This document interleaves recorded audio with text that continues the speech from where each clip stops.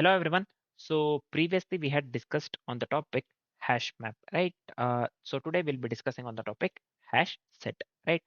So what does the hash set definition say here? See, hash set is a Java collection that stores unique elements only, right? It stores only unique elements, right? So it does not maintain insertion order and provides fast lookup using hashing, right? So it does not maintain any insertion order and it provides fast lookup using hashing and it stores only unique elements, right? So suppose we have duplicate elements will be removed and it stores only the unique elements. Just keep this in mind. That is the application of the hash map. That is the main reason of using the hash set, sorry, not map, right? Hash set internally uses the hash table to store elements, right? Again, hash set, what it does, it internally uses hash table to store the elements, right? It automatically removes duplicates and allows big of one average time operations like this one, add, remove, as well as the search, add, remove, as well as the search, right? So let's try to understand the same thing with a very simple example, man. Yeah, I'll just go with the import here,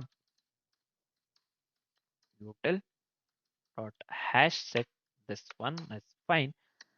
Next, let me go with public class. So the C has to be small, man. Anyways, this one will be main. Let me go with the main method. Remove this. Yeah. First thing, let's create the hash set of integers. Yeah. I'll just go with the syntax here. Hash set. So I'll just go with the integer. Yep. Let me make use of the set. New hash set. So this is fine.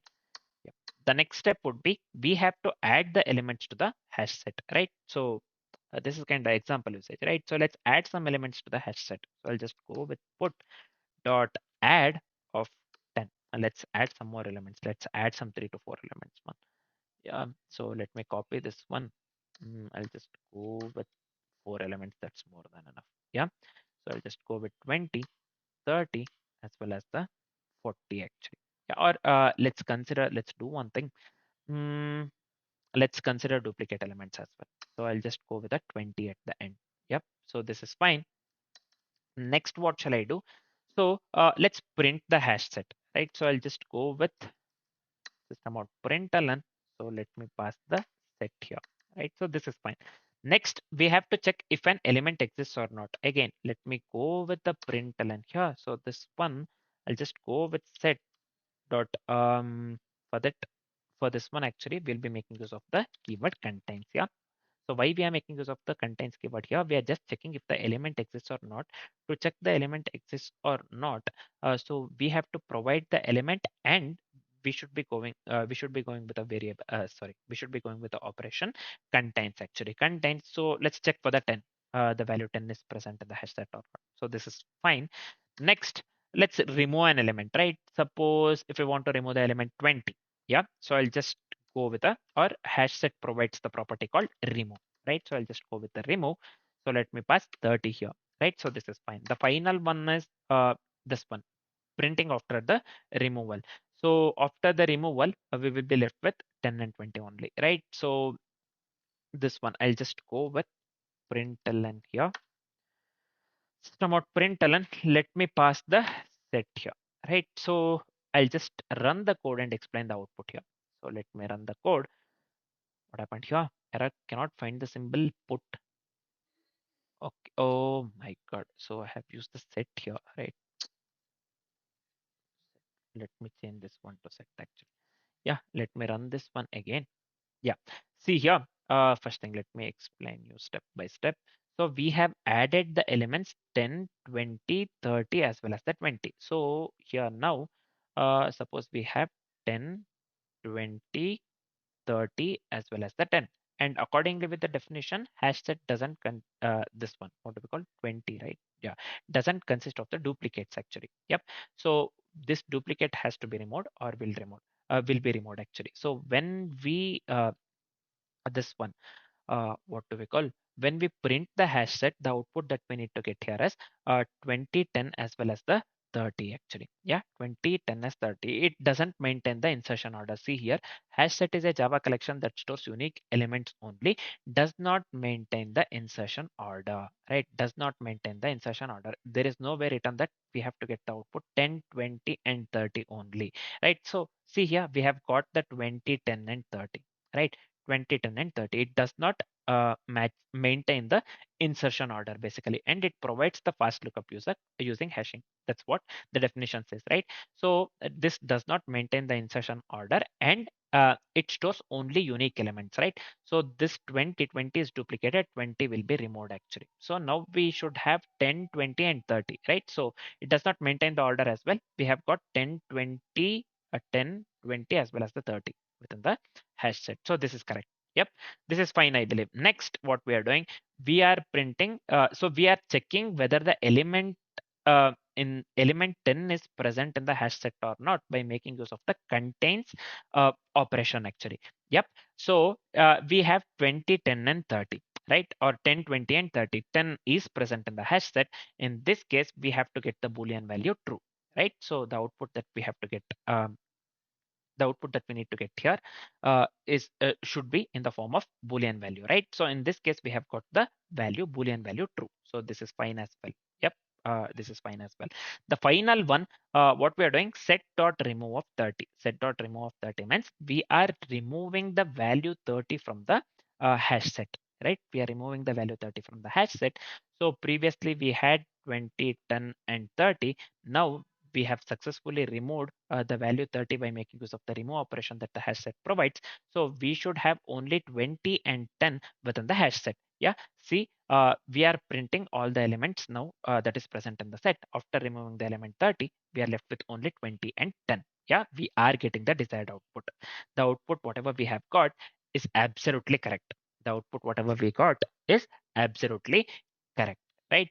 So now, yep, we have got the desired output. Now, let's do one thing. Let's discuss the real world applications, right? Real world applications. So, suppose if we are having n number of records, right? That consists of the emails, user IDs, phone numbers, right? So we have to remove the duplicate records, right? Suppose we need to remove the duplicate of records. Actually, we have duplicate emails or we have duplicate phone numbers or the user IDs. We have to remove the duplicate records, right? In that case, we can make use of the hash set. Yeah, it so definition here, I have showed you this one. It stores only unique elements. Yep. So one of the main real world applications is to remove the duplicate records. We can make use of the hash set and fast search systems, right? So to check if an item already exists, then we can make use of the hash set. For that also, we can just make use of the hash set. So database indexing concept. See, suppose in the database indexing concepts, what happens, the element shouldn't this one shouldn't get duplicated, or duplicate element should not be present, right? So it should be like 1, 2, 3, 4, 5, and it should go on, right? In that case, we can just make use of the hash set. That is also one of the thing. Yep. So visited nodes in the graph algorithms, once the nodes are visited, we have to mark that one as visited, right? So that we don't have to visit that node again.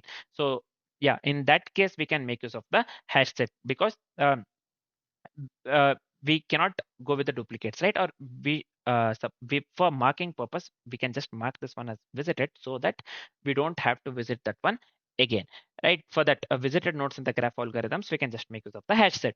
The final one is unique keywords storage, right? So if you want to store the unique keywords, especially in the search engines or the caches, actually, yep, especially in the search engines or the caches, so we can just make use of the hash set. We can just make use of the hash set. So these are some of the real world applications of the hash set.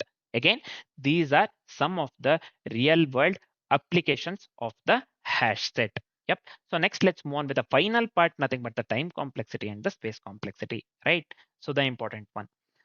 So time complexity, let's consider this one.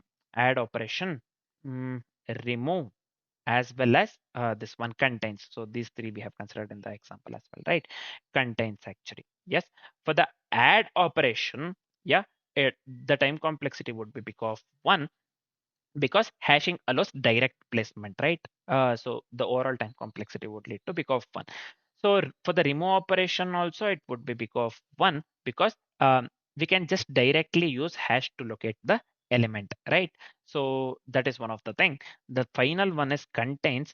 Contains, we have the direct hash lookup. So it says here, see, it provides fast lookup using hashing. We have the direct hash lookup. So the overall time complexity for the contains also leads to big of 1. The time complexity for the add, remove, as well as the contains leads to pick of 1 respectively. Yep. And then, so what would be the space complexity actually? What would be the space complexity? And one more thing before this one. So we had discussed the hashing collisions or hashing mechanism and the hash map. You can just watch the previous video. So if there are many hash collisions, the worst case, uh, we can consider the time complexity.